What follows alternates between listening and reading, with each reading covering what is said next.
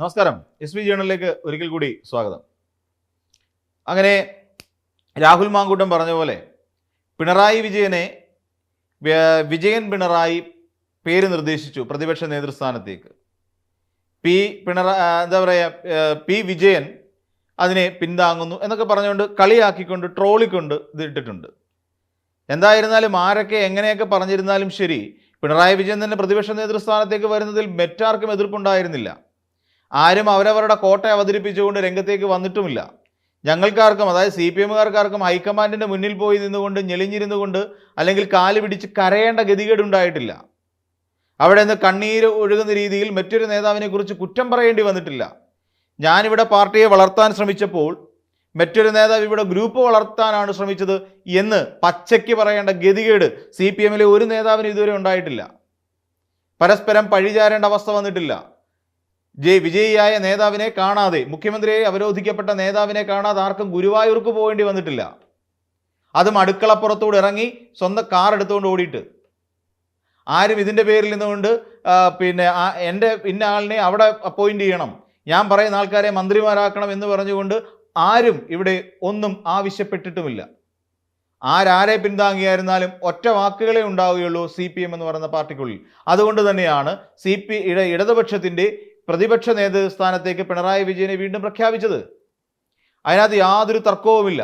അതിനകത്ത് ഈ പറയുന്ന പോലെ ഡൽഹിയിലേക്ക് ആരെയും വിളിപ്പിക്കുന്നില്ല, വിമാന കമ്പനികൾക്ക് ടിക്കറ്റ് ചാർജ് ആർക്കും കൊടുക്കേണ്ട ആവശ്യമില്ല. ആ പടം 3 പേരെ കാണാൻ വേണ്ടി ഇവിടുന്ന് ഒരു 10 പേരാണ് ഫ്ലൈറ്റ് പിടിച്ചു പോയത്. 10, 20, 30 ആൾക്കാർ, ഒരു ഫ്ലൈറ്റ് നിറയെ ആൾക്കാരാണ് 3 പേരെ കാണാൻ വേണ്ടിയിട്ട് ഇവിടെ നിന്ന് കേരളത്തിൽ നിന്ന് പറന്നത്. ഒന്ന് ആലോചിച്ച് നോക്കൂ. സിമ്പിളുള്ള ചോദ്യമല്ലേ?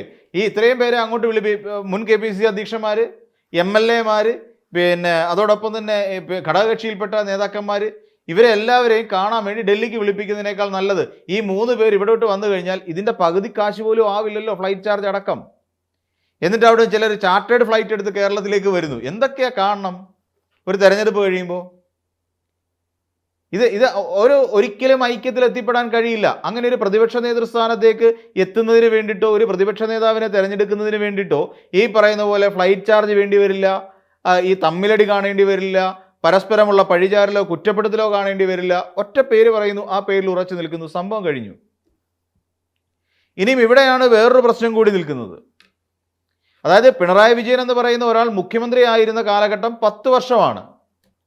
ഇവിടെ VD സതീശൻ എന്ന് പറയുന്ന ഒരാൾക്ക് 2 ടൈം കയറിയാലേ ആ 10 വർഷം എന്ന് പറയുന്ന റെക്കോർഡ് അച്ചീവ് ചെയ്യാൻ പറ്റും.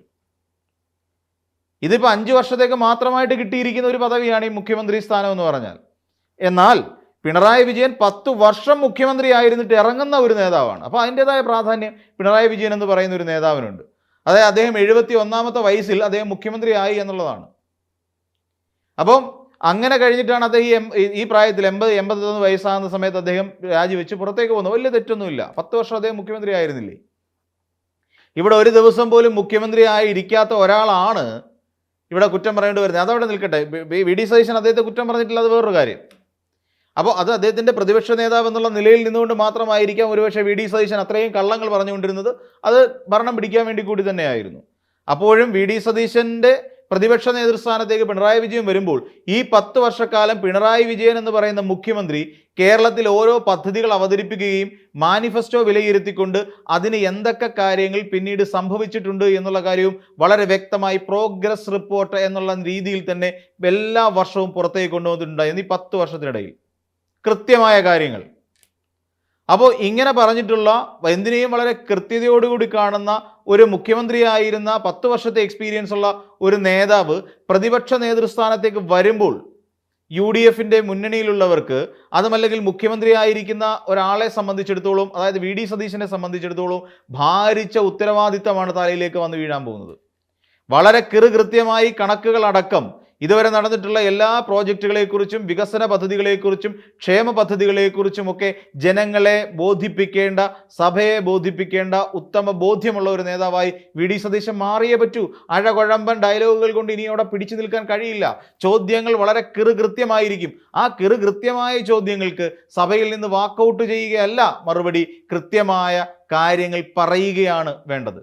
മറ്റേത് അടിയന്തര പ്രമേയം അവതരിപ്പിച്ച് കഴിയുമ്പോൾ VD സതീശൻ പ്രതിപക്ഷത്തിരിക്കുന്നുണ്ട്, പ്രതിപക്ഷത്തിന് വാക്കൗട്ട് ചെയ്യാം.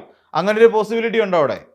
പക്ഷേ കഴിഞ്ഞ സഭാ കാലഘട്ടങ്ങളിലെല്ലാം നമ്മൾ കണ്ടുകൊണ്ടിരുന്നത് അടിയന്തര പ്രമേയത്തിന് അനുമതി നൽകുന്ന വേളയിൽ അടിയന്തര പ്രമേയം എന്ന് പറയുന്നത് പ്രതിപക്ഷത്തിൻ്റെ 16 അടിയന്തരമാകുന്ന ഒരു കാഴ്ചയാണ് നമ്മൾ സഭയിൽ എപ്പോഴും കണ്ടുകൊണ്ടിരുന്നത്.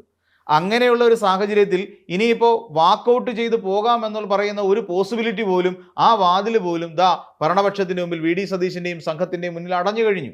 അപ്പോൾ അങ്ങനെ ഒരു ഭയപ്പാട് വി ഡി സതീശൻ എന്ന് പറയുന്ന നേതാവിനെ സംബന്ധിച്ചിടത്തോളം വേണം. അതുമാത്രമല്ല, ഈ നമ്മൾ നോക്കിയ മുഹമ്മദ് റിയാസ്, ബാലഗോപാൽ അടക്കമുള്ള വി കെ സനോജ്, സജി ചെറിയാൻ തുടങ്ങിയ നേതാക്കന്മാരും ഈ പ്രതിപക്ഷ നേതൃനിരയെ ശക്തരായ വക്താക്കളാണ്. ഇനി CPIയുടെ എടുത്തു കഴിഞ്ഞാലും അതുപോലുള്ള ഒരു പടയുണ്ട്. കെ രാജൻ ഉൾപ്പെടെയുള്ള അല്ലാന്നുണ്ടെങ്കിൽ പിന്നെ പി പ്രസാദ് അടക്കമുള്ള നേതാക്കന്മാർ ഒരു വശത്തിരിപ്പുണ്ട്. അവരൊക്കെ കെ രാജനാണെങ്കിലും പി പ്രസാദ് ആണെങ്കിലും ഒക്കെ മന്ത്രിമാരായി, സജി ചെറിയാനാണെങ്കിലും മുഹമ്മദ് റിയാസ് ആണെങ്കിലും ഓരോ വകുപ്പുകളിലും കൃത്യമായി മന്ത്രിമാരായി അവരോധിക്കപ്പെട്ടിരുന്നവർ തന്നെയാണ് എതിർ പ്രതിപക്ഷത്തിരിക്കുക. അപ്പോൾ കുറച്ചുകൂടി ഉത്തരവാദിത്തങ്ങൾ ഈ പറയുന്ന ചുമതലകൾ ഏൽക്കുന്ന, അതായത് പൊതുമരാമത്തും ടൂറിസവും ഏൽക്കുന്ന, അതല്ലെങ്കിൽ ധനകാര്യം ഏൽക്കുന്ന, കൃഷി ഏൽക്കുന്ന, റവന്യൂ ഏൽക്കുന്ന, ഓരോ സാംസ്കാരികം ഏൽക്കുന്ന ഓരോ മന്ത്രിയെ സംബന്ധിച്ചിടത്തോളം വളരെ പ്രാധാന്യമുള്ള വിഷയങ്ങൾ തന്നെയായിരിക്കും സഭയിൽ ചർച്ച ചെയ്യാൻ പോകുന്നത്. അതിന് പര്യാപ്തരായ, പ്രാപ്തരായ നേതാക്കന്മാർ തന്നെയാണ് ഓപ്പോസിഷനിൽ ഉണ്ടാകുക എന്നുള്ള കാര്യം കൂടി ഓർത്തിരിക്കുന്നത് നല്ലതായിരിക്കും. ഇത് യഥാർത്ഥ പ്രതിപക്ഷത്തിൻ്റെ കാര്യമാണ് ഞാൻ പറഞ്ഞത്. അതായത് ഇടതുപക്ഷത്തിൻ്റെ ഭാഗത്ത് നിന്നുള്ള പ്രതിപക്ഷത്തിൻ്റെ കാര്യമാണ് ഞാൻ ഇപ്പോൾ പറഞ്ഞു നിർത്തിയത്. എന്നാൽ കാര്യങ്ങൾ അവിടെ നിന്ന് മറിയുമെന്നേ.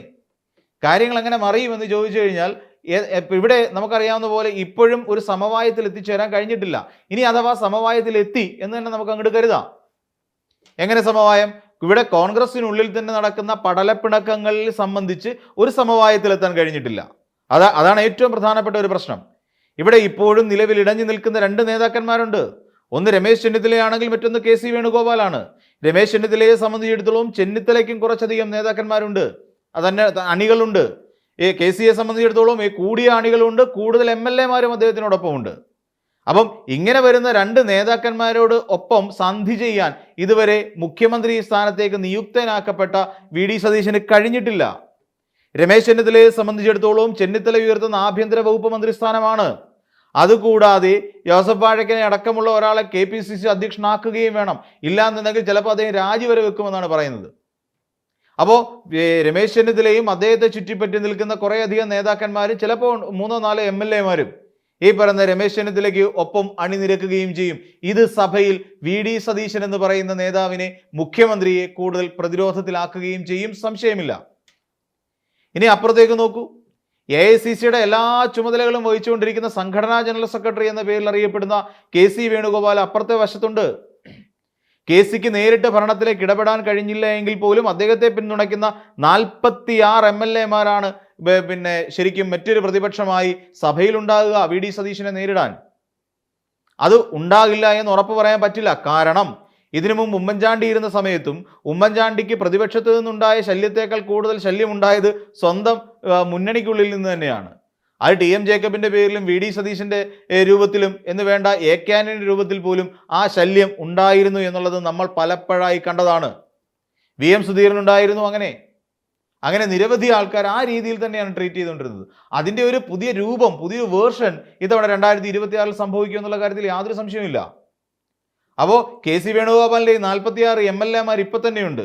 അതിൽ പലരും മന്ത്രിമാരാകണമെന്ന് KC വേണുഗോപാൽ AICCയുടെ മുന്നിലേക്ക് ഒരു ആവശ്യം വെച്ചാൽ നിരാകരിക്കാൻ AICC കഴിയില്ല, ഹൈക്കമാൻഡിന് കഴിയില്ല.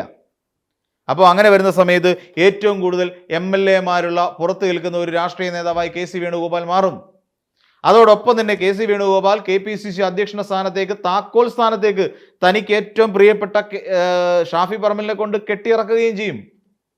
അപ്പോൾ ഈ 2 കാര്യങ്ങൾ കൂടി പൂർത്തിയായി കഴിഞ്ഞാൽ പ്രതിരോധത്തിലാകാൻ പോകുന്നത് CPM-ഓ ഇടതുപക്ഷമോ അല്ല, അല്ലെങ്കിൽ പ്രതിപക്ഷവുമല്ല. ഇവിടെ ശരിക്കും വി ഡി സതീശനും സംഘവും തന്നെയാണ് എന്ന് പറയേണ്ടി വരും. സതീശൻ മാത്രമല്ല, ഇനി ഇതിന് പുറത്ത് നിന്നുകൊണ്ട് ആ സഭയിലിരിക്കുന്ന 3 BJP MLA-മാർ കൂടിയുണ്ട്. രാജീവ് ചന്ദ്രശേഖറും V മുരളീധരനും അതോടൊപ്പം തന്നെ മറ്റൊരാളെ വിട്ടേക്കാം. നമുക്ക് BB ഗോപകുമാറിനെ നമുക്ക് തൽക്കാലം അങ്ങോട്ട് നീക്കി നിർത്താം.